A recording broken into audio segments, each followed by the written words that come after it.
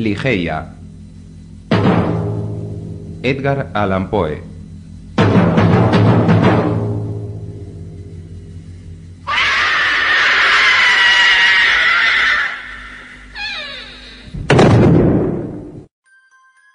A pesar de mis esfuerzos, no puedo recordar cómo, cuándo y ni siquiera con exactitud dónde conocí a Lady Ligeia. Han pasado muchos años desde entonces, y mi memoria se ha debilitado por los sufrimientos. Quizá ocurre que no puedo recordarlo en este momento, porque lo cierto es que el carácter de mi amada, su cultura poco común, su belleza singular aunque serena, y la elocuencia patética y subyugante de su voz profunda y musical, penetraron lentamente en mi corazón de un modo constante, pero furtivo, sin que yo lo comprendiera. Pensándolo bien, creo que la conocí en alguna vieja ciudad a orillas del Rin. También es probable que la oyera hablar acerca de su familia. De lo que no puedo dudar es de que esto ocurrió hace muchísimos años. Ligeia, Ligeia. Aunque me sumerja en mis estudios especialmente adecuados para amortiguar las impresiones del mundo externo, basta esta dulce palabra, Ligeia, para evocar en mi interior la imagen de aquella mujer que ya no existe. Ahora, mientras escribo, se me ocurre que nunca he sabido el apellido paterno de quien fue mi amiga y prometida antes de convertirse en compañera de mis estudios y finalmente en mi amada esposa. ¿Fue esta una graciosa exigencia de mi Ligeia? ¿O quiso probar la solidez de mi afecto al rogarme que no investigara sobre este particular? Lo único que recuerdo con claridad es el hecho en sí mismo. Es de extrañar que haya olvidado completamente las circunstancias que lo produjeron y acompañaron. Si de verdad alguna vez ha existido este espíritu que llaman romance. Y si es cierto que la melancólica y alada Ashtophet del antiguo Egipto ha presidido, como dicen, los matrimonios destinados al fracaso, con toda probabilidad ha presidido el mío. Hay sin embargo un punto en el que la memoria no me falla. Se trata de la persona de Ligeia. Era alta, algo delgada y en los últimos tiempos incluso demacrada. Sería inútil intentar describir su porte majestuoso, sencillo y apacible, o bien la inexplicable ligereza y elasticidad de sus pasos. Se movía como una sombra. Nunca percibía su presencia en mi estudio hasta oír la amada música de su voz profunda y suave, al tiempo que su mano blanca como el mármol se posaba sobre mi hombro. Ninguna joven la igualó jamás en hermosura. Era como el brillo esplendoroso de un sueño bajo los efectos del opio, o como una visión etérea y exultante de belleza divina, muy superior a las fantasías que revoloteaban en los espíritus adormecidos de las hijas de Delos. Sin embargo, sus rasgos no se ceñían al canon de belleza que nos han enseñado falsamente a admirar en las esculturas clásicas de los gentiles. No se da ninguna belleza exquisita, dice Bacon, señor de Verulam, al hablar de los distintos tipos y géneros de belleza, sin algún elemento ajeno a la proporción. Bien, me daba cuenta de que los rasgos de Ligeia no poseían una regularidad clásica y de que su encanto era exquisito. También percibía ese elemento extraño que predominaba sobre el conjunto e intentaba en vano detectarlo, reconstruyendo a solas mis percepciones de la irregularidad. Examinaba los trazos de su frente despejada y pálida. Era perfecta. Qué fría resulta esta palabra al aplicarla a una belleza tan maravillosa. La piel rivalizaba con el marfil más puro. Sus proporciones eran altivas y serenas. El contorno de sus sienes era suave, y los rizos de su cabello de un negro lustroso y lujuriante que encarnaba toda la fuerza del epíteto homérico del color del jacinto. Contemplaba el delicado perfil de su nariz. Solo en los graciosos retratos de los hebreos había visto antes semejante perfección. La misma superficie tersa y exuberante, la misma tendencia aquilina apenas perceptible, y las mismas ventanas armoniosamente curvadas, reveladoras de un espíritu libre. Miraba su boca suave, triunfo esplendoroso de la suprema perfección, la curva torneada de su breve labio superior, la voluptuosa caída del inferior, los hoyuelos juguetones, el color risueño de sus mejillas y los dientes que reflejaban en su plácida y radiante sonrisa, con un brillo sorprendente, cada rayo de luz que caía sobre ellos. Escudriñaba en su firme mentón. También en él encontraba el aliento reposado, la delicadeza, la solemnidad y profunda espiritualidad de los griegos, el mismo contorno que el dios Apolo mostró en sueños a Cleómenes, el hijo del ateniense. Luego me asomé a los enormes ojos de Ligeia. No poseemos modelos de ojos de la antigüedad. Quizá en los de mi amada estaba el secreto al que alude Lord Verulam. Eran, pienso, mucho más grandes que los ojos normales en nuestra raza. Eran incluso mayores que los de las gacelas de la tribu del valle de Nurjahad. Solo a intervalos en momentos de intensa excitación podía percibirse esta cualidad en Ligeia. En tales instantes, por lo menos así lo veo en mi exuberante imaginación, su belleza no era terrestre, sino la de las fabulosas huríes de los turcos. Las pupilas eran de un negro brillante, y por encima de ellas se alzaban unas larguísimas pestañas de azabache. El trazo ligeramente irregular de sus cejas poseía la misma tonalidad. Sin embargo, la irregularidad que encontré en sus ojos no tenía nada que ver con su formación, color o rasgos, y por tanto debía atribuirse a su expresión. ¡Ay, palabra vacía, tras cuyo amplio significado atrincheramos nuestra ignorancia de tantas cosas espirituales! La expresión de los ojos de Ligeia. ¿Cuántas horas he pasado reflexionando sobre ello? ¿Cuántas noches de verano he pasado en vela tratando de profundizar en este tema? ¿Qué había en el fondo de las pupilas de mi amada, más profundas que el pozo de Demócrito? ¿De qué se trataba? Me invadió la pasión del descubrimiento. Aquellos ojos, aquellas grandes, brillantes y divinas pupilas, eran para mí lo mismo que las estrellas gemelas de Leda, y yo para ellas el más devoto de los astrólogos. Nada hay más terriblemente excitante entre las muchas e incomprensibles anomalías de la ciencia del espíritu que el hecho, creo que nunca observado en las escuelas, de que en nuestros esfuerzos por recordar algo hace tiempo olvidado, nos encontremos a menudo en el mismo filo del recuerdo sin poder llegar a él definitivamente. ¿Cuántas veces, en mi intenso escrutinio de los ojos de Ligeia, he sentido aproximarse la revelación de su expresión? La he sentido cerca, casi mía, y tan lejana en el último instante. Y, misterio extraño, el más enigmático de todos, en los objetos más corrientes del universo encontraba una serie de cosas análogas a esta expresión. Me refiero a que, tras penetrar la belleza de Ligeia en mi espíritu y habitar allí como en un santuario, muchas cosas materiales de este mundo produjeron en mí el mismo sentimiento que sus pupilas grandes y luminosas. No era capaz de definir o analizar esta emoción, ni siquiera podía contemplarla con objetividad. Sabía reconocerla, perdonad la reiteración, ante el espectáculo de una enredadera que se desarrollaba rápidamente, en la contemplación de una polilla que revoloteaba alrededor de la luz, en la de una mariposa, una crisálida o en el agua que corre. La experimentaba ante el océano o en la caída de un meteoro. La sentí intensamente bajo las miradas de personas de edad muy avanzada. Existen también una o dos estrellas en el cielo, especialmente una, de la sexta magnitud, doble y cambiante, cercana a la gran estrella Lira, que han producido en mí el mismo sentimiento al contemplarlas mediante el telescopio. Exacta o parecida impresión ha nacido en mí al oír determinados sonidos de instrumentos de cuerda y también a menudo al leer determinados párrafos de algunos libros. Entre muchos otros ejemplos, recuerdo algo de un volumen de Joseph Glanville, que, quizá simplemente por su exotismo, quién lo sabe, nunca dejó de inspirarme esta sensación. Y en su interior reside la voluntad que es inmortal.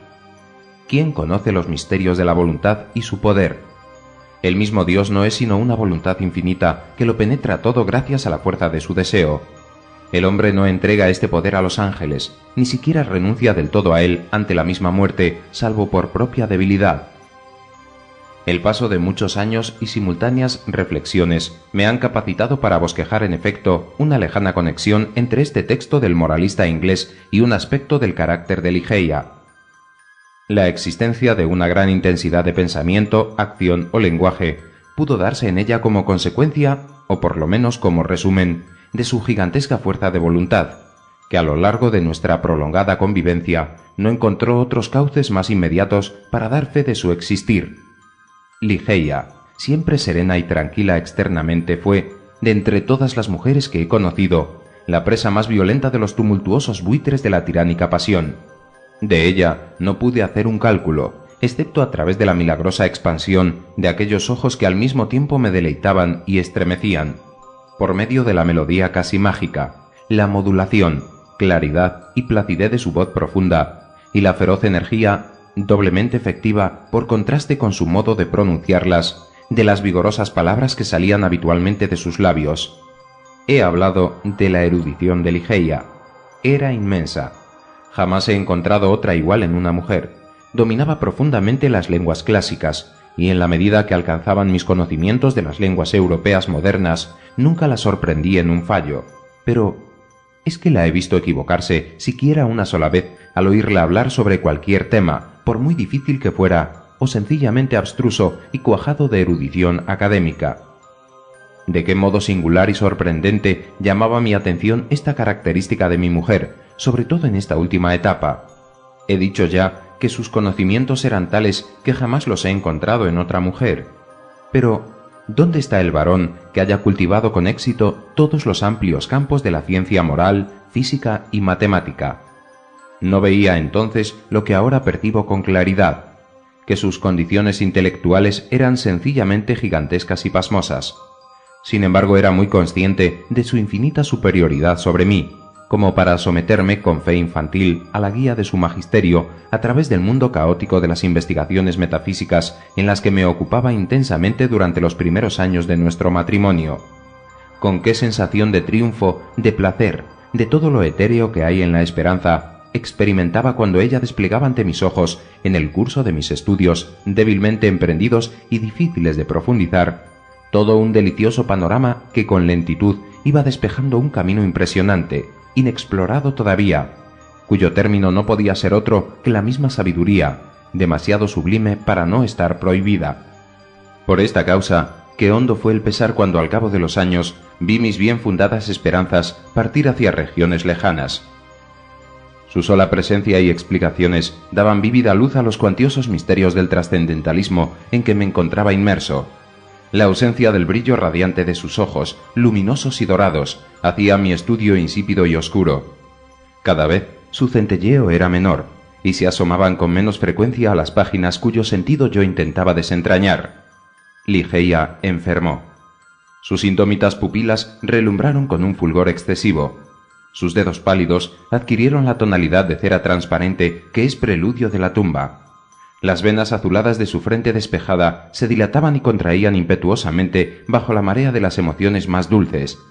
Comprendí que iba a morir, y luché desesperadamente contra la inflexible Azrael. La batalla que sostenía mi apasionada esposa era, para mi asombro, más encarnizada aún que la mía. Algo en su carácter me había hecho pensar que la muerte llegaría a ella tranquilamente y sin terrores. Pero no fue así. Las palabras son incapaces de dar una idea aproximada de la feroz resistencia con que se enfrentó a la sombra. Gemí de angustia ante el conmovedor espectáculo.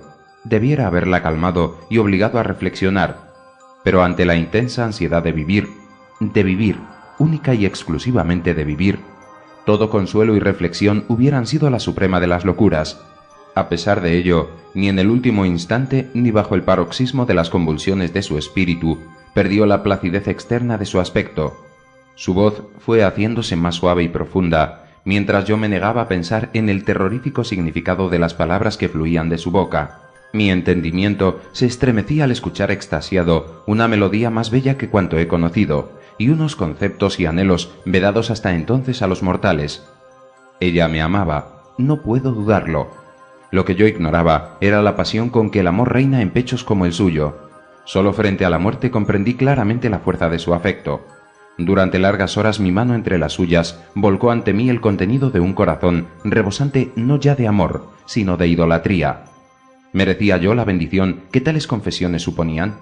¿Merecía ser castigado con la desaparición de mi amada en el mismo momento en que pronunciaba aquellas palabras? No puedo soportar el recuerdo. Permitidme decir, sin embargo, que por fin reconocí en su entrega exhaustiva al amor, tan inmerecida por mi parte, tan graciosamente otorgada, el principio que regía su ansia, el deseo que la hacía aferrarse con semejante fuerza a la vida, que con tanta rapidez se alejaba de ella. No hay palabras humanas capaces de expresar esta apetencia tan vehemente de vivir, solo de vivir. La noche de su partida me llamó por señas a su lado y me rogó que le recitara unos versos que ella misma había compuesto pocos días antes. La obedecí. Eran estos: contemplad esta noche de fiesta, en la soledad de nuestros últimos años. Un ángel triste, alado, cubierto de velos, anegado en lágrimas, se sienta en un teatro para ver un drama de temores y esperanzas, mientras la orquesta caprichosamente suspira la música de las esferas. Los bufones, igual que Dios en la altura, musitan y murmuran por lo bajo y vuelan de acá para allá. Simples muñecos que van y vienen, mandados por inmensos seres informes, que cambian la decoración de uno a otro lado, mientras bate sus alas de cóndor el dolor invisible. Este drama de locos. Estad seguros de que no será olvidado su argumento, con su ilusión perseguida siempre por una multitud que no la alcanza, a través de un círculo que siempre retorna al mismo punto de partida, con toda su locura, culpa y horror. Pero ved cómo entre la chusma de bufones se introduce una forma serpenteante, algo rojizo como sangre que retorciéndose surge desde un rincón de la escena. Se retuerce, se retuerce. Con angustias mortales, los bufones se convierten en su alimento, y los serafines sollozan ante los colmillos de la alimaña empapados de sangre humana. Fuera. Se han apagado las luces, todos fuera. Sobre cada forma tiritante, el telón, mortaja funeraria, desciende con el ímpetu de una tormenta, y los ángeles, pálidos y desencajados, se levantan y quitan el velo, afirmando que la obra es la tragedia hombre, y su héroe, el gusano conquistador. «Dios mío», exclamó Ligeia, poniéndose en pie y levantando sus brazos en un espasmo al terminar yo de leer estas líneas. «Dios mío, Padre Celestial, ¿deben suceder siempre las cosas así? ¿Nunca será vencido este conquistador? ¿No somos acaso una parte esencial de ti? ¿Quién conoce los misterios de la voluntad y su poder? El hombre no entrega esta fuerza a los ángeles, ni siquiera renuncia del todo a ella ante la misma muerte, salvo por propia debilidad». Agotada por la emoción, dejó caer sus blancos brazos y regresó solemnemente a su lecho de muerte. Mientras exhalaba sus últimos suspiros, un leve murmullo brotaba de sus labios confusamente. Incliné mi oído hasta percibir de nuevo las palabras con que Glanville terminó el pasaje. El hombre no entrega este poder a los ángeles, ni siquiera renuncia del todo a él ante la misma muerte, salvo por propia debilidad. Murió. Hundido profundamente en la tristeza, no pude soportar por más tiempo la lúgubre soledad de mi casa en la oscura y ruinosa ciudad de las orillas del Rin. No me faltaban lo que el mundo llama bienes de fortuna. Ligeia había aportado a nuestro matrimonio mucho más de lo que en general disfrutan los mortales. Después de unos meses de vagabundeo agotador, compré y mandé reparar parcialmente una abadía que no voy a nombrar en uno de los parajes más agrestes y solitarios de Inglaterra. La majestad sombría y deprimente del edificio, el aspecto casi agresivo de sus contornos y las numerosas y venerables reminiscencias que evocaba armonizaban con mis sentimientos de total abandono que me habían llevado hasta esa remota e incivilizada región del país. Ni siquiera alteré el aspecto externo de la abadía ni sus ruinas cubiertas de vegetación. Sin embargo, procuré conferirle un esplendor más que regio a su interior, animado por una perversidad infantil y quizá por la vaga esperanza de mitigar mi tristeza. Sentía predilección por tales fantasías desde mi niñez. Por esta época volvieron a invadirme, provocadas quizá por el desequilibrio del dolor. Ahora me doy cuenta de cuánta locura se ocultaba tras los tapices imponentes y fantásticos, tras las hieráticas esculturas egipcias, en las exóticas cornisas y mobiliario y en los alucinantes dibujos tejidos en las alfombras con oro repujado. Me convertí en esclavo del opio. Los sueños provocados por la droga presidían mi tarea cotidiana y mis mandatos. No hablemos de ello. Dejadme que aluda solamente a una habitación, maldita para siempre, a la que conduje en un momento de perturbación mental a mi nueva esposa, sucesora de la inolvidable Ligeia, Lady Rowena Trevanion de Tremaine, rubia y de ojos azules. Recuerdo en este momento cada detalle arquitectónico y decorativo de aquella cámara nupcial.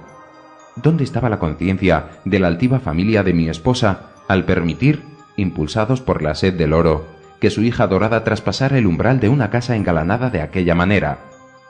Evoco minuciosamente cada rincón de la habitación, aunque es lamentable que haya olvidado muchos hechos allí sucedidos. Aquel despliegue fantástico apenas permitía a la memoria encontrar un motivo al que aferrarse. Este aposento se encontraba en una alta torre de la abadía. Su forma era pentagonal y sus dimensiones espaciosas.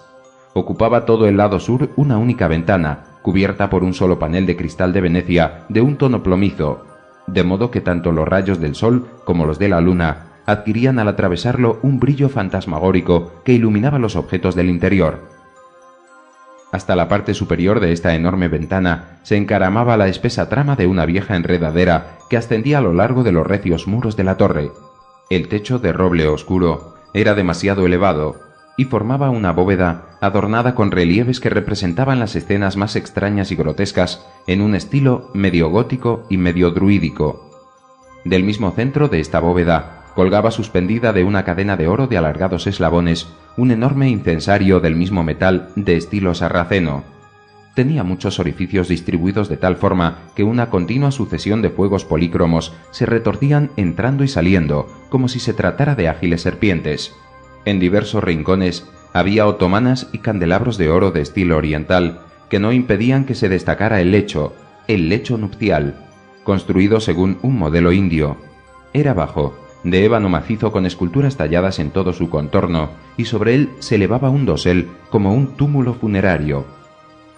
En cada ángulo de la habitación había sarcófagos de granito negro traídos de las tumbas reales de Luxor, con sus antiguas tapas cubiertas por esculturas inmemoriales. Sin embargo, la muestra más desordenada de fantasía se encontraba en el tapizado de la habitación. De las gigantescas paredes colgaban cubriéndolas totalmente desmedidos pliegues de sólida y pesada tapicería, confeccionada a base de un material semejante al de la alfombra del suelo, pero lo cubrían las otomanas, el lecho de ébano y también el dosel de la cama y las majestuosas volutas de las cortinas que ensombrecían parcialmente la ventana. Se trataba de un tejido riquísimo en oro. En toda su superficie y a intervalos irregulares había diseminadas figuras arabescas de cerca de un pie de diámetro, bordeadas sobre él en un color negro azabache. Sin embargo, estas figuras solo eran verdaderos arabescos cuando se las miraba desde un mismo sitio. Gracias a una técnica muy corriente hoy en día y que se remonta a la antigüedad, podían variar su aspecto. Para el que entraba en la habitación semejaban simplemente monstruosidades, pero al avanzar desaparecían, y a cada paso que el visitante daba hacia el interior de la estancia se revelaban como una interminable sucesión de formas fantasmales pertenecientes a supersticiones normandas o surgidas de los sueños culpables de algún monje.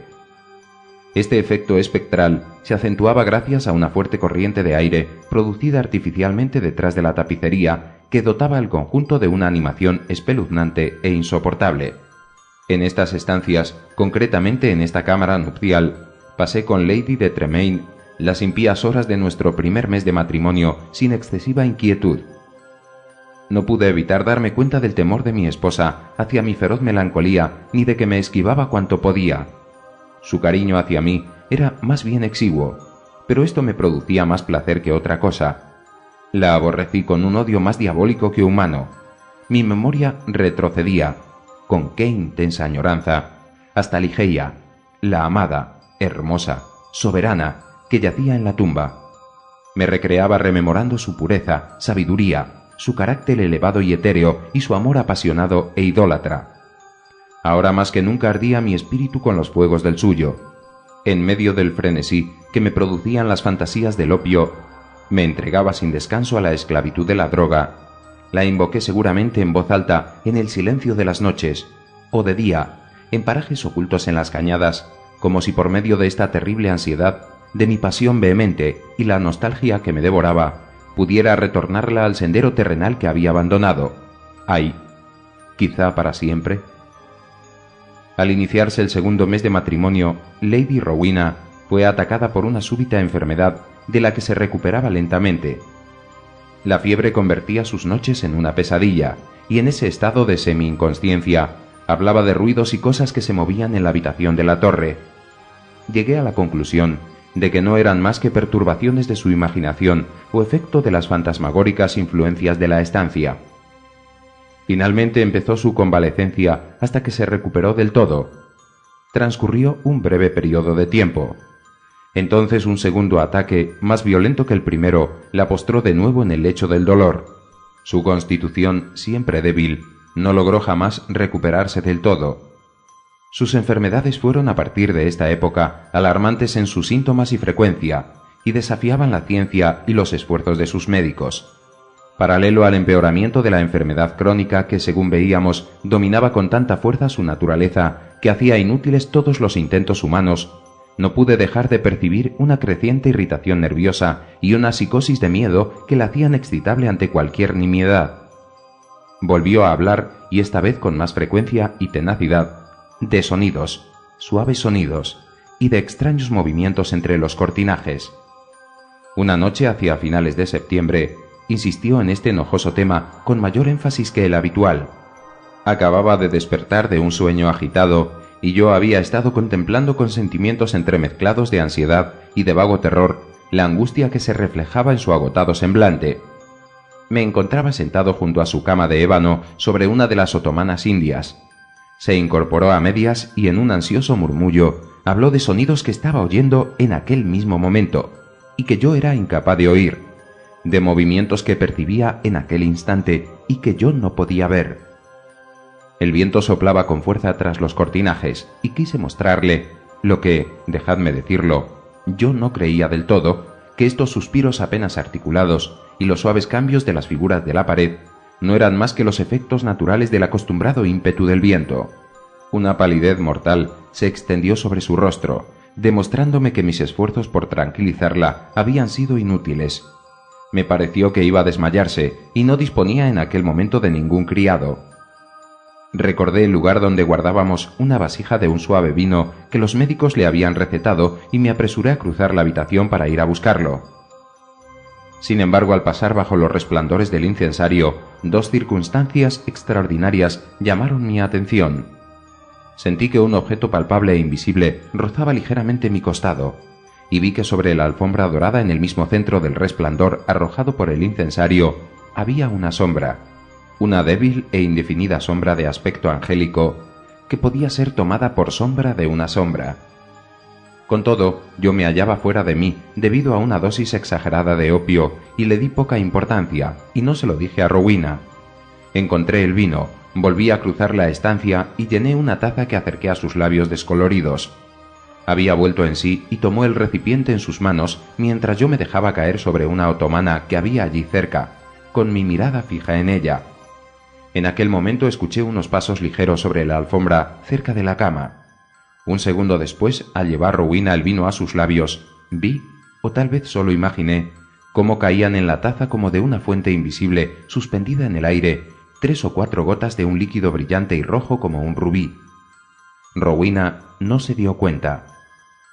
Bebió el vino con decisión y yo renuncié a explicarle este hecho, que después de todo podía haber sido una alucinación producto de mi fantasía exacerbada por el terror de mi esposa, por el opio y por la hora. En lo que no pude engañarme fue en el inmediato cambio que sufrió el estado de mi esposa, que empeoró rápidamente después de beber las gotas de rubí, de tal manera que a la tercera noche las manos de sus servidores empezaron a vestirla para la sepultura, y en la cuarta noche me encontré solo con su cuerpo amortajado en aquella fantástica estancia donde la había acogido como esposa. Extrañas visiones engendradas por el opio revoloteaban ante mí. Dirigí mis miradas inquietas a los sarcófagos que había en los ángulos de la habitación, a las figuras cambiantes de las paredes y a los resplandores serpenteantes del incensario que estaba sobre mi cabeza. Recordé los hechos de la noche anterior y detuve mi mirada en el lugar en que había visto los débiles atisbos de una sombra. Ya no estaba allí. Respiré con mayor libertad y me puse a contemplar la figura pálida y rígida que yacía sobre la cama. Entonces acudieron en tropel los recuerdos de Ligeia, e invadió mi corazón con la turbulencia de una riada todo aquel dolor inenarrable con el que yo la había contemplado amortajada de aquel modo. Avanzaba la noche y seguía aún, con el corazón lleno de amargos recuerdos de la única y suprema amada, con la mirada fija sobre el cuerpo de Rowena. Sería alrededor de medianoche, un poco antes o quizá un poco más tarde, puesto que perdí la noción del tiempo, cuando un sollozo profundo y dulce, pero muy claro, me sobrecogió en medio de mis sueños. Sentí que provenía del lecho de ébano, el lecho mortuorio. Escuché con un terror agónico y supersticioso, pero el sonido no se repitió. Hice un esfuerzo intentando detectar cualquier movimiento del cadáver, pero no había el menor rastro de ello. No obstante, estaba seguro de no haberme engañado. había oído el ruido, aunque débil, y mi espíritu se había sobresaltado dentro de mí. Me mantuve atento, mirando con fijeza el cuerpo. Transcurrieron muchos minutos antes de que aconteciera algo que aclarara el misterio. Luego se hizo evidente un tinte rosado, muy débil y apenas perceptible, que cubría las mejillas y coloreaba sus párpados. Con un terror y un espanto inexplicables para los que la lengua mortal no tiene expresiones suficientemente enérgicas, sentí que mi corazón dejaba de latir y que mis miembros se tornaban rígidos. Finalmente, el sentido del deber consiguió devolverme mi autodominio. Estaba seguro de que nos habíamos precipitado en nuestros preparativos y de que Rowena aún vivía. Era necesario aplicar algún remedio de inmediato, pero la torre estaba completamente separada del ala de la abadía habitada por la servidumbre.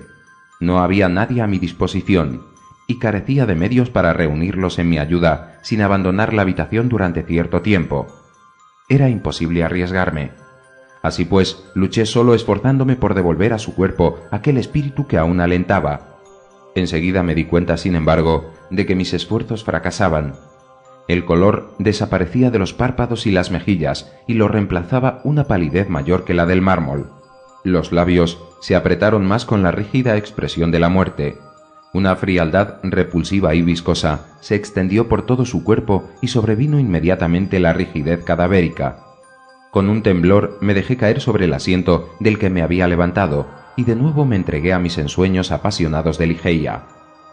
Pasó una hora y... ¿Es posible? Por segunda vez percibí un confuso sonido que provenía de donde estaba la cama. Escuché aterrorizado. El sonido se repitió. Era un suspiro. Me abalancé sobre el cadáver y vi claramente un temblor en sus labios. Un minuto después se relajaron y mostraron una hilera de dientes brillantes como perlas. La sorpresa se mezcló con el espanto que me dominaba. Mi vista empezó a nublarse y mi razón a desvariar, y solo con un violento esfuerzo conseguí cumplir la tarea que el deber una vez más me señalaba. Se volvieron a colorear suavemente la frente, las mejillas y el cuello. Un calor perceptible invadió todo el cuerpo e incluso pude oír unos ligeros latidos. Ella vivía, y con redoblado ardor me dediqué a volverla en sí. Humedecí y froté sus sienes y sus manos, empleando todos los medios que la experiencia y mis lecturas médicas me sugerían. Pero fue en vano. Repentinamente, el color huyó, cesó el pulso y los labios volvieron a adoptar la expresión de la muerte, antes de recuperar la frialdad del hielo, el tono pálido, la intensa rigidez, los rasgos hundidos y todas las repugnantes características de quien durante muchos días ha habitado en el sepulcro. Y otra vez me entregué a visiones fantásticas de Ligeia, y de nuevo, es extraño que tiemble mientras escribo. Llegó a mis oídos un profundo sollozo que partía del lecho de ébano, pero ¿para qué relatar minuciosamente los horrores indecibles de aquella noche? ¿Por qué voy a detenerme a relatar cómo una y otra vez se repitió el espeluznante drama de la revivificación hasta cerca de las horas grises de la madrugada? Cómo cada terrible recaída era más profunda y definitiva, cómo cada agonía ofrecía el aspecto de una batalla con un enemigo invisible, y cómo cada batalla producía no sé qué indefinible cambio en el aspecto del cadáver. Dejadme llegar al fin del relato. La mayor parte de esta terrible noche había ya pasado, y el cuerpo se estremeció una vez más, ahora con mayor vigor que antes, aunque surgiendo de una postración mucho más mortal que las anteriores. Yo había dejado de esforzarme y de moverme, y permanecía rígidamente sentado sobre la otomana, como una víctima indefensa, bajo el torbellino de las violentas emociones, de las que el terror era quizá la menos terrible y agotadora. El cadáver, repito, se estremeció con mayor vigor que antes. Los colores de la vida florecieron con inesperada energía en su semblante. Los miembros se relajaron, y exceptuando los párpados fuertemente cerrados y el atuendo que le confería un carácter sepulcral a su figura, todo me hacía pensar que Rowena había sacudido completamente las cadenas de la muerte. Pero si esta idea no me había convencido aún del todo, no pude dudar más de ella cuando, levantándose de la cama, tambaleándose con débiles pasos y los ojos cerrados, y con los ademanes de quien se halla aturdido en mitad de un sueño, aquel ser amortajado avanzó física y palpablemente hasta el centro de la habitación. No temblé ni me moví, porque una multitud indecible de fantasías referentes al aspecto, estatura y gestos de la figura se precipitaron en mi cerebro y me habían paralizado. En mis pensamientos reinaba un loco desorden, un tumulto inapaciguable. ¿Podía ser de verdad Rowena, vuelta a la vida, quien estaba delante de mí? ¿Era posible que se tratara de Rowena, Lady Rowena Trevanion de Tremaine, la mujer rubia y de ojos azules? ¿Por qué? ¿Por qué había de dudarlo? Las vendas cubrían completamente su boca, pero ¿era posible que no se tratara de la boca suspirante de la señora de Tremaine? Las mejillas, había rosas en ellas como en la plenitud de la vida. Sí, podían ser efectivamente las dulces mejillas de Lady de Tremaine. En cuanto al mentón, con sus hoyuelos, igual que en vida, ¿era posible que no fuera el suyo? Pero entonces, ¿había crecido desde su enfermedad? Qué inexplicable locura se apoderó de mí tras esta reflexión. Con un respingo llegué al lugar donde estaba. Estremecida a mi contacto, dejó caer de su cabeza la lívida mortaja que la cubría, y ondeante y libre, inundó la atmósfera de la habitación una gran masa de cabello largo y desgreñado. Era más negro que las alas del cuervo de la medianoche. Lentamente se abrieron los ojos de la figura que estaba en pie ante mí. «Aquí está por fin», grité en voz alta. «Jamás, jamás podré equivocarme. Estos son los ojos grandes, negros, indómitos de mi perdido amor, los ojos de Lady Ligeia».